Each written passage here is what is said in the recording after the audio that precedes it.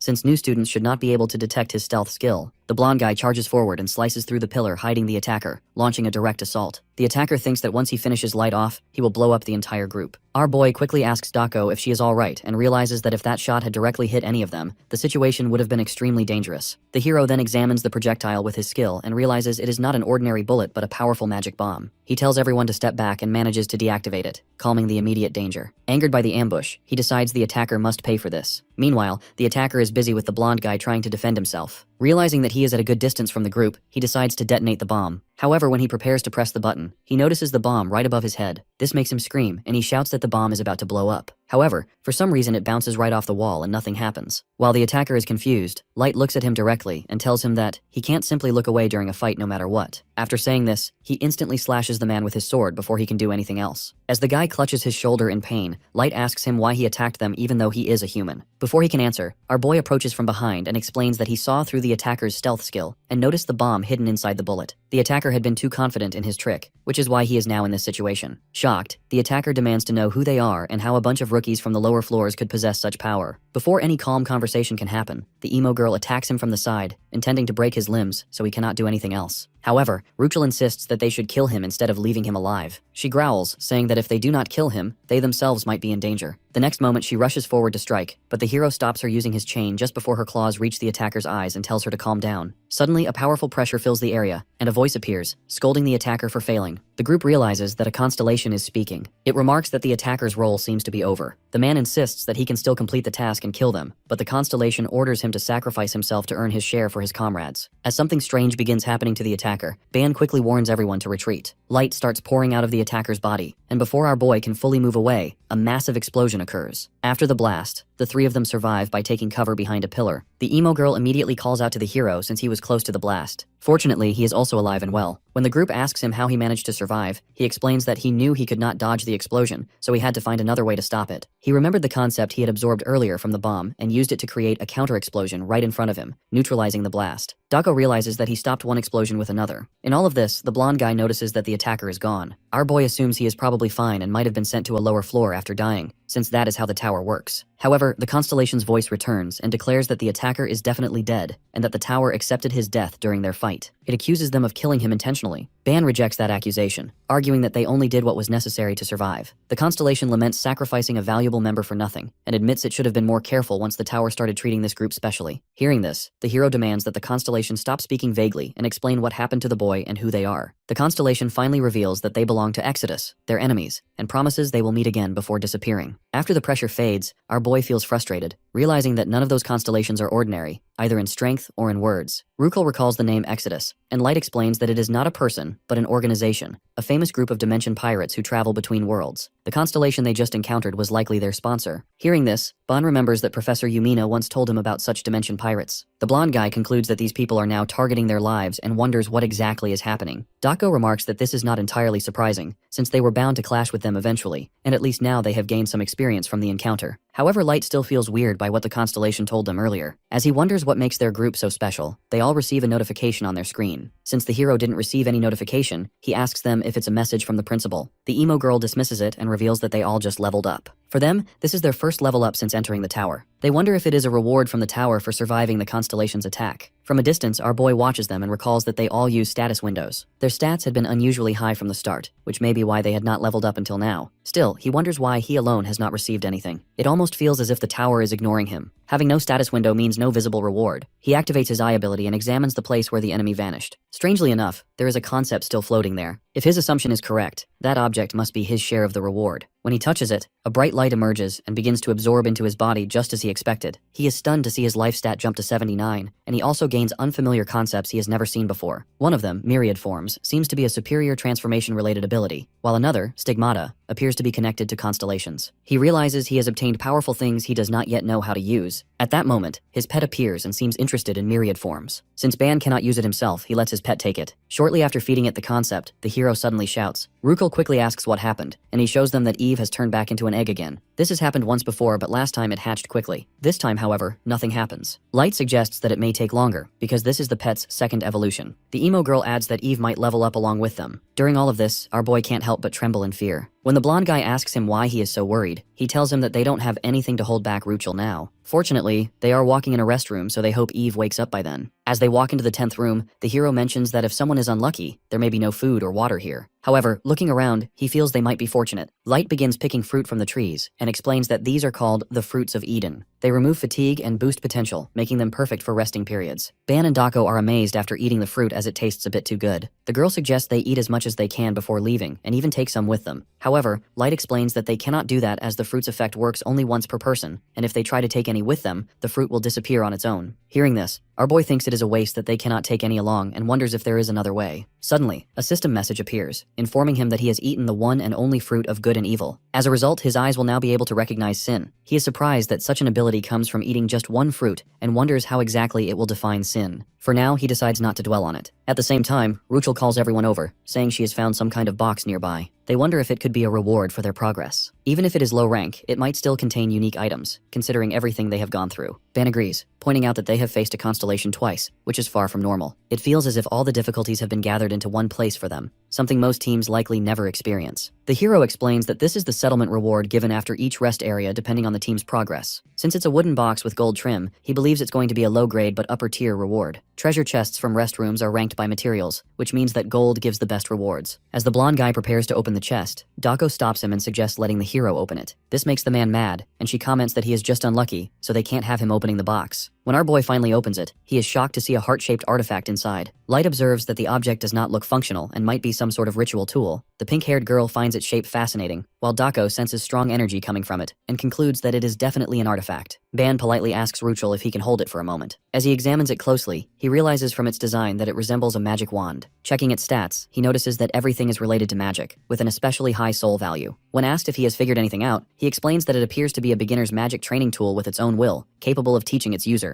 His friend is surprised by the idea that the item might have consciousness, but the pink-haired girl agrees that it truly feels alive. The hero then asks if he can keep the artifact and promises to compensate them. The others agree without much hesitation. He thanks them, feeling that the item will help him greatly, and decides to repay them immediately. Instead of using money, Ban takes out a basket and asks his friend to gather fruits. The blonde guy reminds him that taking the fruits outside is pointless because they disappear, but he tells him to trust him. Once the fruits are collected, he brings out a jar and places it on the ground. The others recognize it as the same jar he used before. The hero explains that each fruit can only be consumed once and vanishes if taken outside. He wonders what would happen if he fused their concept with another item. He extracts the essence of the fruits and merges it with the jar's contents, believing it is worth trying something no one else has attempted. As the fusion completes, a new gem forms. System messages appear, announcing the creation of a life elixir that boosts health and mana, opens new possibilities, and becomes more effective with long-term use. However, consuming too much at once may trigger divine punishment. Everyone in his group is amazed, but he explains that they cannot consume it yet because of the room's rules. To test its taste and effects, they need to leave first. Hearing this, the emo girl eagerly suggests moving on, and the others agree since they already feel rested. They proceed to the 11th room. As soon as they arrive, Dako asks Ban to check if the elixir works. He confirms that it does, and she hugs him in excitement. The hero becomes embarrassed by her sudden closeness. Realizing what she has done, she quickly pushes him away and acts flustered. The blonde guy teases her for hugging him, but she tries to brush it off and tells him to shut up. Meanwhile, the hero remarks indirectly that he himself was way more shocked. Just then, something suddenly appears in front of him. He looks toward the others and realizes there are monsters nearby. Without wasting time, he quickly moves away from them and urgently alerts the group to the danger. However, before things can escalate, a beam shoots past his side and instantly wipes out all the monsters. The emo girl comments that it's perfect timing since she couldn't eat the elixir when she was full. Killing all these monsters will give her the chance to digest. Hearing this, the hero feels troubled and thinks to himself that perhaps he should have created something other than the elixir. Nevertheless, time passes steadily, and after about 10 hours, the group finally reaches the 14th floor. At this point, Dako wonders why she still does not feel hungry at all. Ban admits that he did not expect his stomach to remain so full for half an entire day. His friend reflects that they might be the only team that has crossed 3 floors simply in hopes of feeling hungry. Despite all that, the emo girl thinks they might start feeling hungry once they reach room 15. However, the hero quickly objects and insists that they should stop for the day. He points out that evening has already arrived, and even if they still have some stamina left, resting now would be the best option. When she asks why he is so certain, he directs their attention to Ruchel, who is almost about to go berserk. Seeing her, the emo girl agrees that advancing further in this state would be risky. Ban insists they rest for the night instead of pushing on. There is no need to eat right now, so they should simply bathe and relax before starting toward the 15th floor the next day. Dako and Light both agree. He takes out some equipment and tells them they can use it to bathe.